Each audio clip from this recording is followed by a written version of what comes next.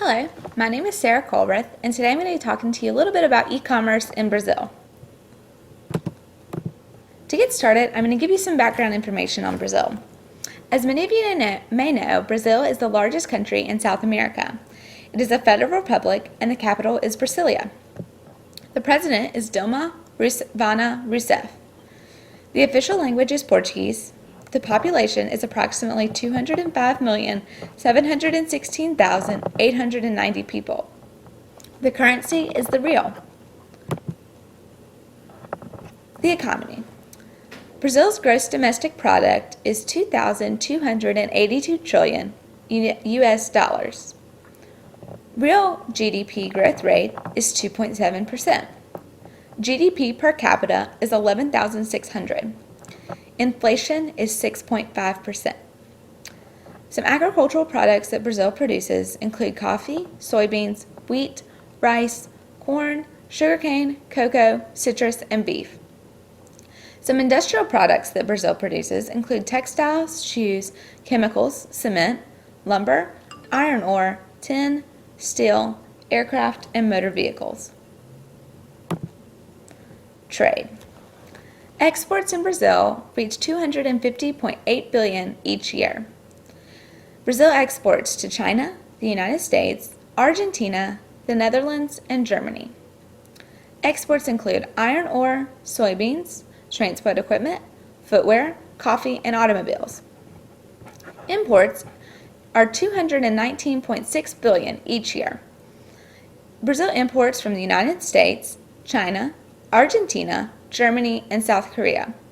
Brazil imports machinery, electrical and transport equipment, chemical products, oil, automotive parts, and electronics. As I mentioned earlier, Brazil is the largest country in South America, but is also the most technologically advanced and has the most internet users in all of South America. Brazil's country code is .BR.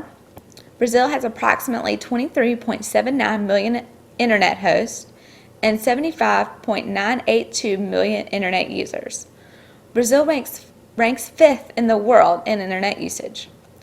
Broadband internet access costs users $27 per month, and President Rousseff plans to invest up to $500 million in a national broadband plan for Brazil that will go into effect in 2014.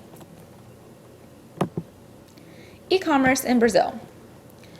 E-commerce in Brazil is very similar to here in the United States. Brazil hosts several e-commerce sites. Some are unique to Brazil, while other sites are similar to those we use here in the United States. Brazilians spend an average of $13 billion online per year.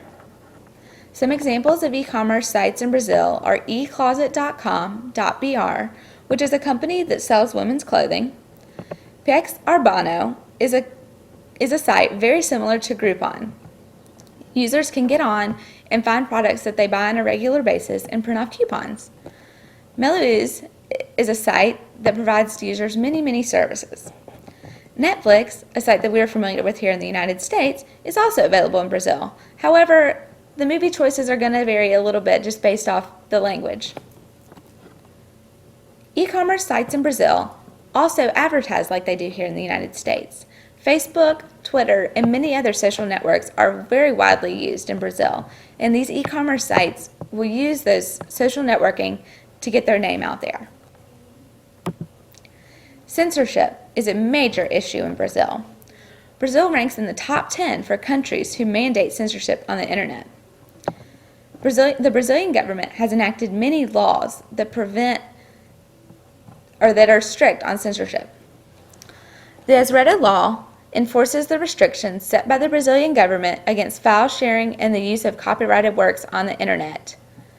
This law faces a lot of criticism because it enforces criminal penalties to even the sites that allow for these file sharing and the use of copyrighted work. For example, the Brazilian government could go after, say, YouTube, Facebook, any of these sites, these major sites that allow for Brazilians to do these unlawful things. The Marco Silva de Internet is a civil rights framework acts as an internet user's bill of rights. This is a very popular law It has received a great deal of positive attention in Brazil and also in many other countries. That concludes my presentation today about Brazil and their e-commerce. Here is a list of my works cited. Thank you.